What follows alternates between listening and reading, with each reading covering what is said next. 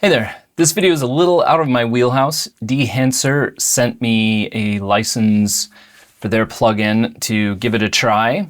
In return, they asked that I would make an honest review. And I'm going to be really upfront with you. When it comes to video, I have no idea what I'm doing. I'm kind of taking some guesses, watch a lot of YouTube videos and tutorials, and just kind of run with it.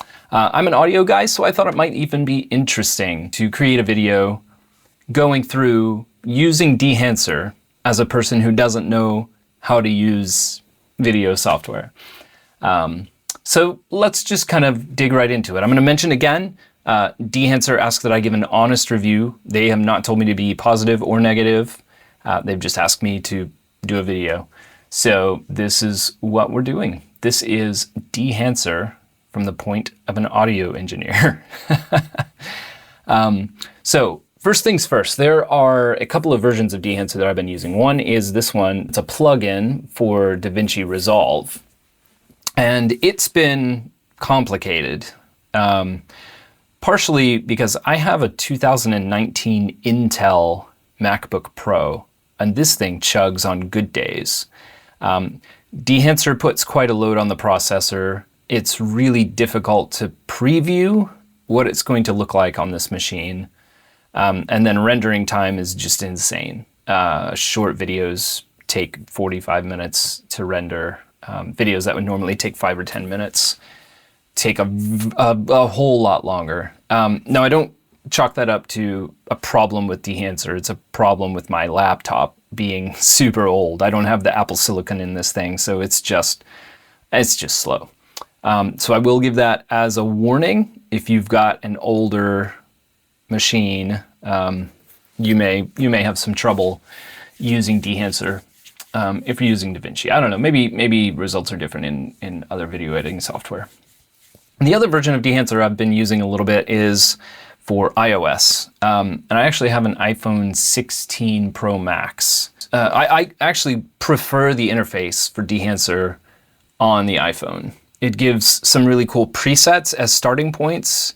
And then there's some scroll. I'll put it up on the screen and show a little bit about how the iOS app works. But one thing I found is you can only do short videos with that as well, because it takes a long time to render, even on my iPhone 16 Pro Max.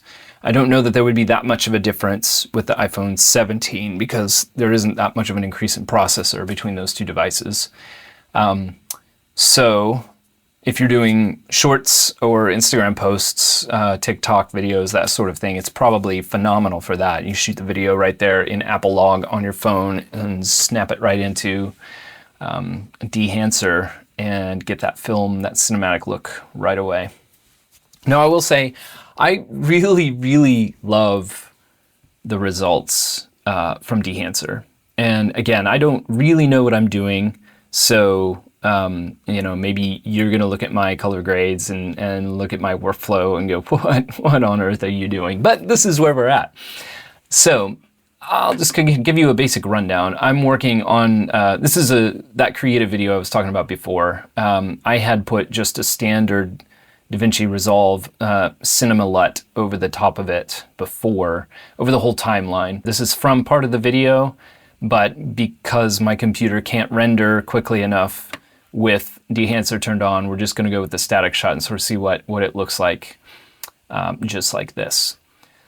So my node tree is very simple.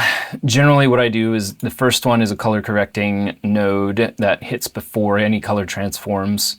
The second one, right here, we're coming from Rec 2020 Apple Log and then outputting Rec 709. And that's all that this node is doing, is just the color space transform. And then out of that, we come into Dehancer, which is turned off right now. And Dehancer, the default source is Rec 709. That's the reason I've gone with that. There are other options. You can even choose specific cameras and use that as the input source. You don't necessarily have to do a color space transform. So anyway, as I said, I'm learning a lot, and if you have suggestions for me, please put them in the comments. I would love to know what I can do better, what can make my workflow easier. So we've got into Dehancer here, and we're just going to go with that. You can see on the scopes here, it's a fairly balanced video. I raised the gain a bit because it was a little underexposed, but other than that, we're kind of a flat, even picture. There's a lot of vibrant colors in this particular frame, so I thought it might be a good option to check out with Dehancer. So I'm just going to go ahead and turn on Dehancer, and right away we can see the effect it has. Now, I will say one major difference between the iOS version of Dehancer and the plugin version is that the iOS version has presets right out of the gate. And they're sort of, they're built by the Dehancer team to give you great looks right out of the box. And what I found myself doing is finding those presets in the iOS app, finding one that I thought looked good, and then replicating the settings in the plugin over here. Because going through each step in the plugin one by one, I don't necessarily know how that compilation, how the one interacts with the next one, so I can't reproduce or get to what I'm looking for yet.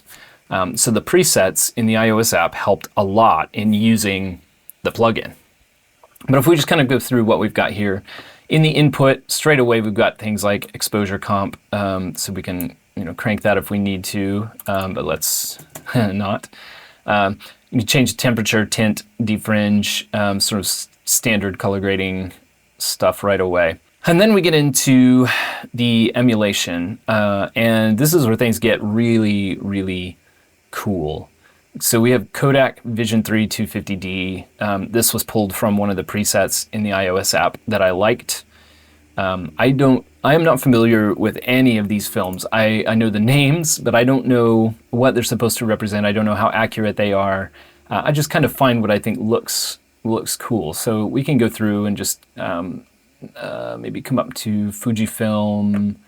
Let's go with this, maybe Fuji Color Superia 1600. And it's a completely different, just by changing the film that it's emulating the video having been recorded on, we get a completely different look. We can see that the color of the wall in the background is different.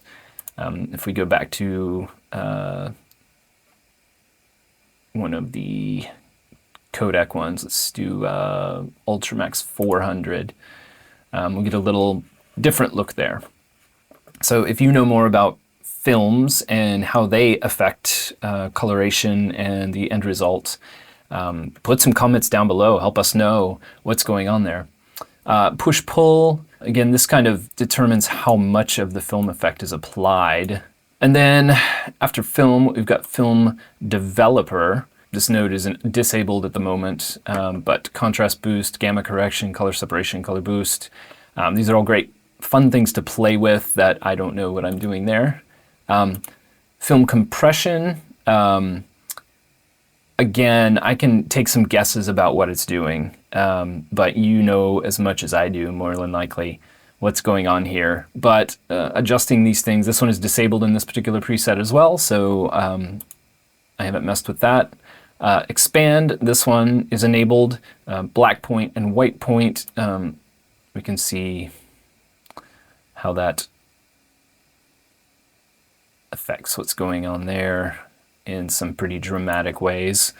We've got print. This would be emulating the film actually going to print. And it seems to me that this is more like printing to photo paper rather than negatives or anything like that. It would be like what it would look like if you printed on some sort of, or maybe not. Well, like Kodak Endura glossy paper. That's what makes me think that.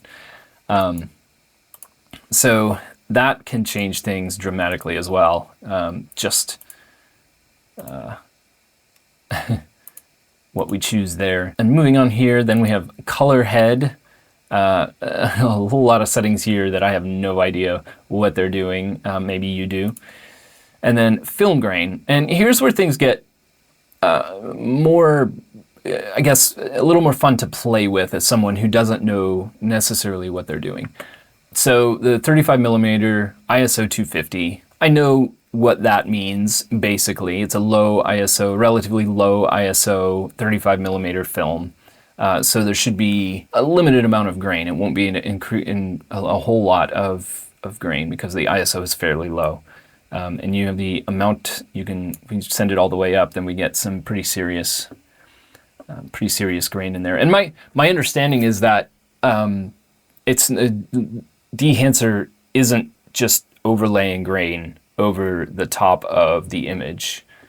What it's doing is deconstructing the video file itself, what's coming through, and reconstructing the image with grain in it as if it had it from the beginning.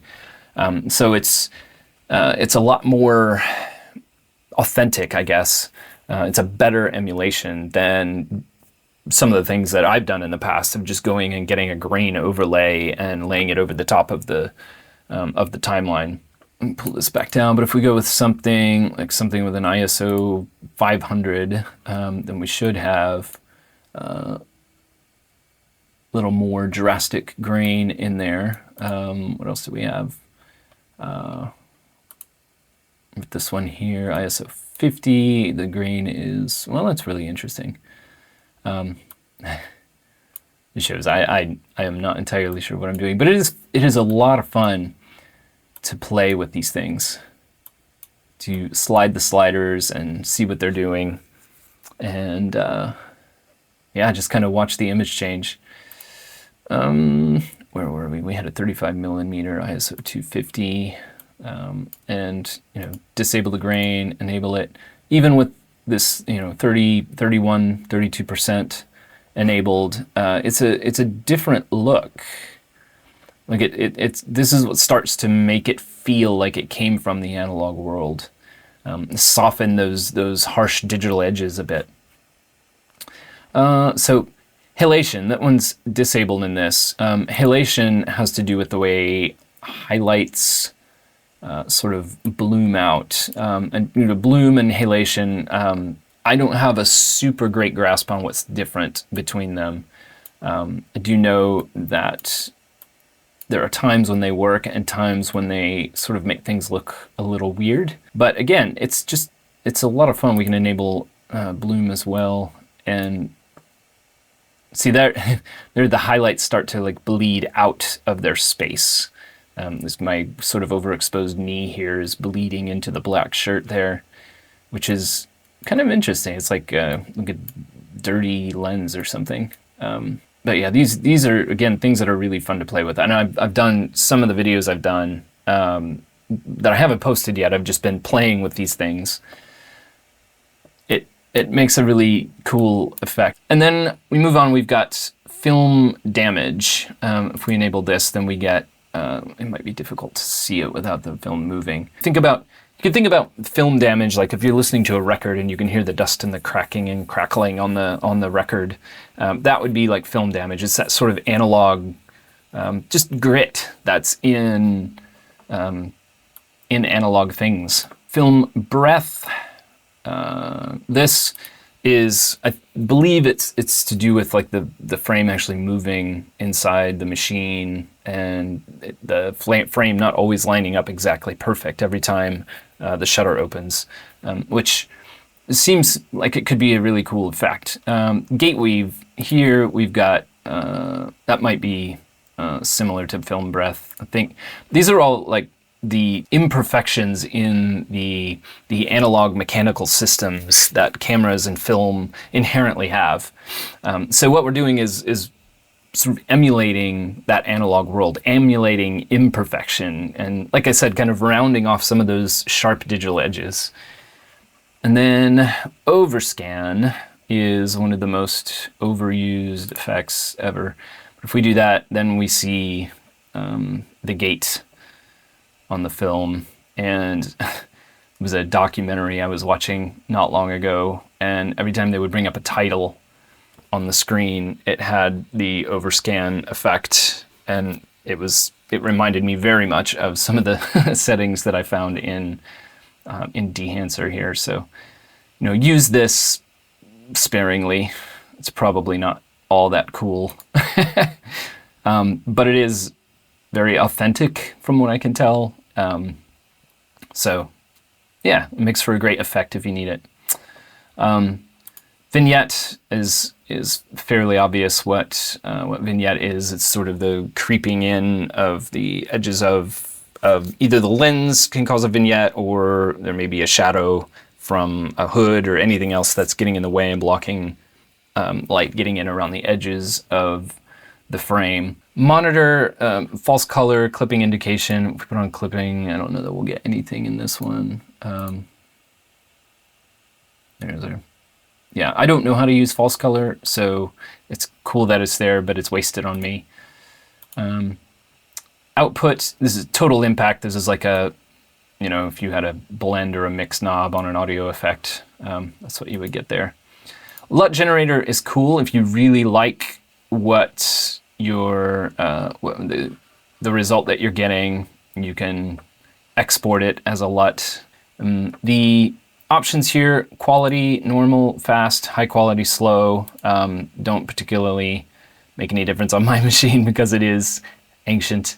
But yeah, that is Dehancer. Again, we can turn it off up here. We have, this is the original image here and the affected image.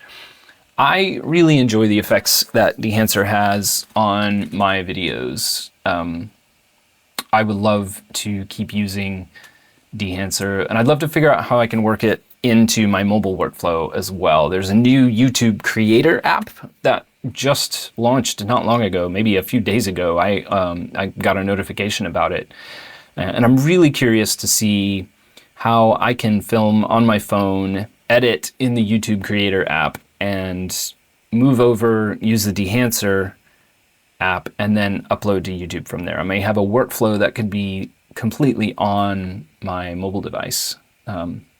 So thank you, Dehancer, for giving me the opportunity to review it. Thank you for giving a poor audio YouTuber who doesn't know how to do video a chance to make a fool of himself. Anyway, if you got any value out of this, let me know. Like and subscribe.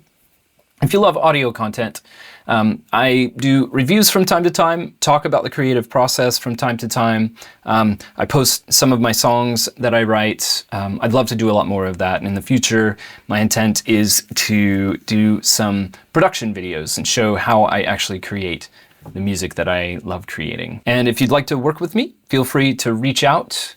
Leave a comment, or you can find my contact info, or you can visit playfireside.com to find my studio and reach out to me there.